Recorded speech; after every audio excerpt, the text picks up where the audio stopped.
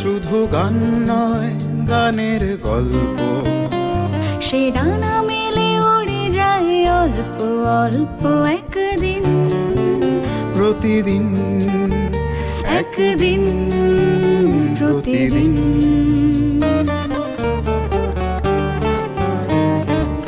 কেন সে গান গায় সে কথা অজানা, সে সর সন্ধির সন্ধিতে নিশানা।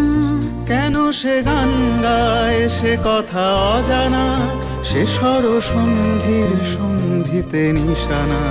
সে কাকে ডাকে কে মনে রাখে, আলো ছায়া মাখা হারানো দিন। সে শুধু গান নয়, প্রাণের স্পন্দন, যার কথা মালা হয়ে ওঠে চন্দন সুবাসে প্রতিদিন, একদিন প্রতিদিন।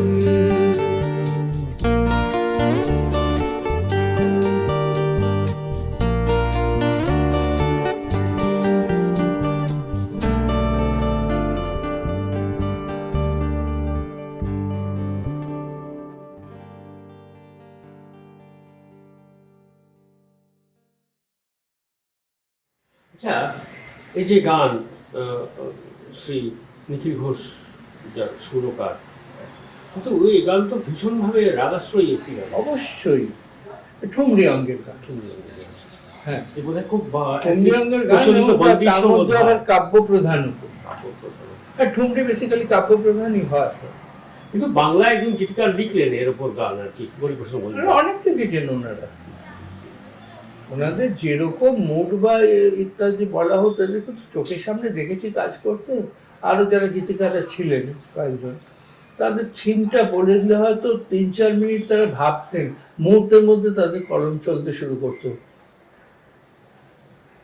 আমি অনেক দেখেছি চোখের সামনে। সেটাই বোধ হয়, মানে এক জায়গা থেকে আরেক জায়গায় ট্রান্সফরমেশন বা মানে একটা প্রতিধ্বনিত হতে থাকে, মানে শিল্পের ক্ষেত্রে যদি আমরা বলি।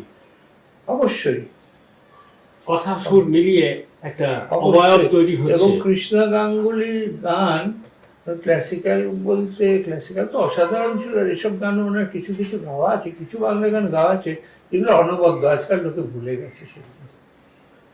একটা জিনিস খুব মনে হয়, যেটা যে উদ্দেশ্য নিয়ে মানে আমাদের কিছু অনুষ্ঠান, আমরা কিছু প্রচেষ্টা, কিছু লেখা তৈরি করতে যাচ্ছি, যে আমার বারংবার যেটা মনে হয়, যার জন্য বোধহয় খুব কম মানুষ এখন আছেন কলকাতায়, তার মধ্যে অন্যতম তুমি একজন, যে বলা হতো কলকাতার গানই কলকাতার প্রাণ, মানে কলকাতাকে যেমন তার গান দিয়ে আইডেন্টিফাই করা যায়।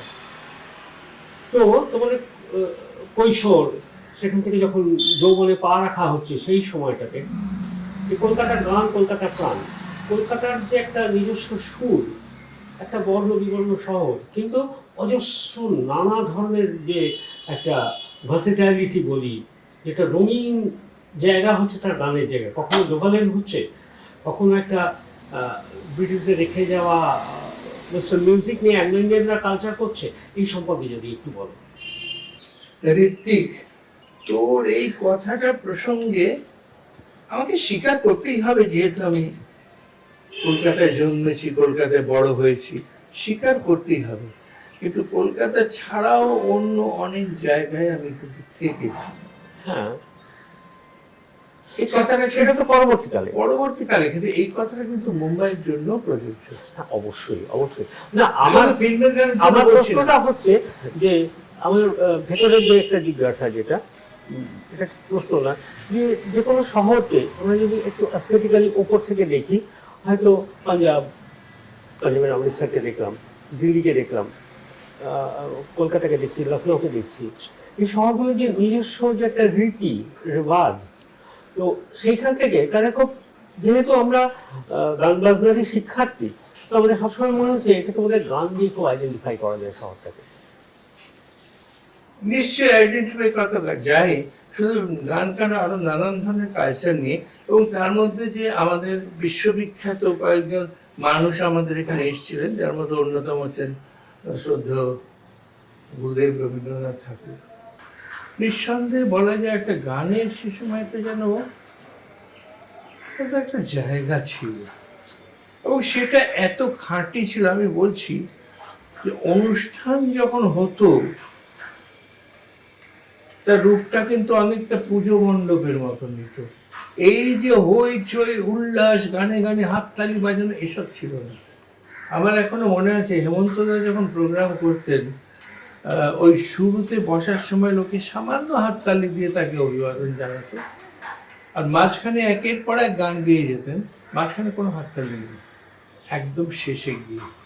এই মাঝখানের হাততালিটা এই 80-র দশকের মাঝামাঝির থেকে।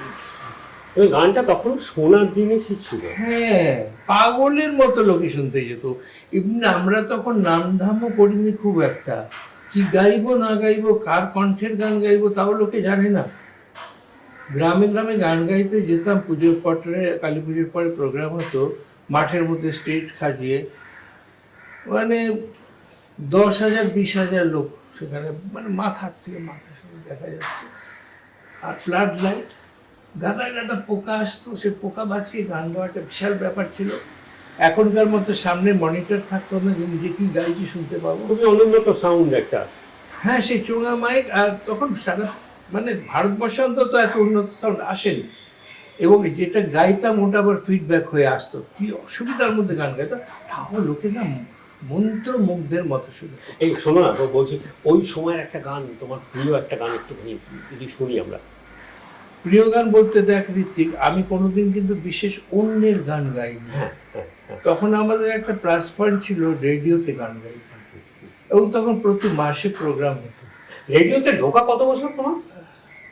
তা হয়ে গেল, ওই রেডিওতে ঢোকার বছর থেকে আমি আমার নিজের মানে ক্যারিয়ারটাকে আমি চিন্তা করি, এটা 50 বছর উপর হয়ে গেছে, 1969। ও, তার মানে মানে রেডিওতে প্রবেশ আর মানে গানই আমার সফর সঙ্গী হবে, এটা একদম সফর সঙ্গী হবে সেটা আমার ছোটবেলায়। ছোটবেলা থেকে। হ্যাঁ, তার নিয়ে অনেক আপত্তি শুনেছি, অনেক হাসাহাসি শুনেছি, কিন্তু আমি ওই জায়গাটাতে অটল ছিলাম। গান গানটি গান গানটি গানটি গান গানটি। তো তোমার মনে পড়ছে এরকম একটা গান, মানে তুমি হারমোনিয়াম রয়েছে সামনে, তুমি গান ছাড়া? এই প্রসঙ্গে একটা ছোট্ট কথা বলবো, হ্যাঁ। মনে পড়ে গেল, স্কুলে এইসব কথা বলতাম, পড়াশোনায় একদম আমার, পড়াশোনা করেছি, গ্র্যাজুয়েশন অবধি করেছি, আমি কিন্তু তার বেশি করিনি, পড়া হয়নি।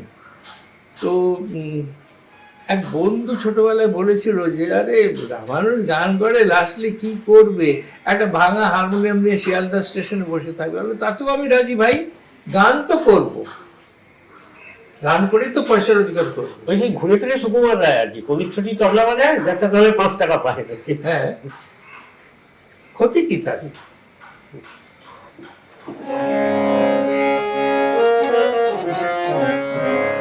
কি গান করবো তখনকার গান?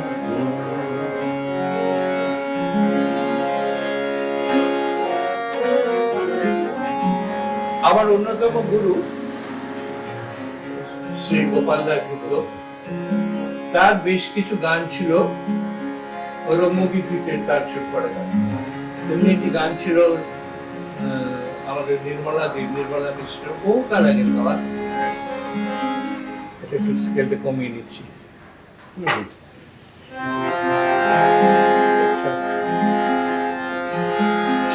স্রোতে ভাষা ফুলমালা, যেন গান গুলি মোর হায়, স্রোতে ভাষা ফুলমালা, দুকুলের ছোঁয়া রেখে রয়ে, অকুলের পানি ধারে। আরো মনে পড়ছে, রবীন্দ্রনাথের গান তো ছিলই, এবং আমার তখন বোধহয় 71 সালে প্রথম রেকর্ড হয়, রবীন্দ্রসঙ্গীতের রেকর্ড হয়। আচ্ছা, কিন্তু এই প্রসঙ্গে একটা কথা বলি, যে বেশি প্রসঙ্গে পরে আসবো, কিন্তু কথা হচ্ছে যাকে প্রায় নজরুলগীতি স্বাক্ষরিত করা হলো, তার প্রথম রেকর্ড রবীন্দ্রসঙ্গীত দিয়ে। হ্যাঁ, কারণ কারণ অকারণ কিছু বলতে পারবো না, এটা বলতে গেলে তো বড় গল্পটা বলতে অত শোনার কি সময় আছে। যাকে আমি তখনকার দিনে আমি আসরে কি গাইতাম সেটা নিয়ে যখন কথা হয়েছে, তখন আমি এই গানটি অবশ্যই। শোনাই, আমার প্রথম রেকর্ড করে গান, এবং গানটি রেকর্ড করে একটা অদ্ভুত গল্প আছে। কোন পুরাতন প্রাণের টানে ছুটেছে ছুটেছে মাটির পানে, কোন পুরাতন প্রাণের টানে। আর কাজী নজরুল ইসলামের গান তো ছিল, করিয়া পরাণ শুনিতেছি গান, আসিবে আজি বন্ধু। লোকে একদম চুপচাপ মন্ত্রমুগ্ধ হয়ে শুনছে। আচ্ছা, কি অদ্ভুত দেখুন, আজকের ভাষায় যদি বলি কম্ব, কোন পুরাতন প্রাণের টানে ছুটেছে মন মাটির প্রাণে, আর তার সঙ্গে ভরিয়া পরাণ শুনিতেছি গান। শুধু আসিবে আজই নয়, আসিবেন প্রতিদিন বন্ধু। আর সেই বন্ধু যদি রামানুজ দাশগুপ্ত হন, বা তার সমসাময়িক বা বর্তমান সময়েরও কেউ হন, তাতে যেন গান থাকে, আর সেই গানে যেন প্রাণ থাকে।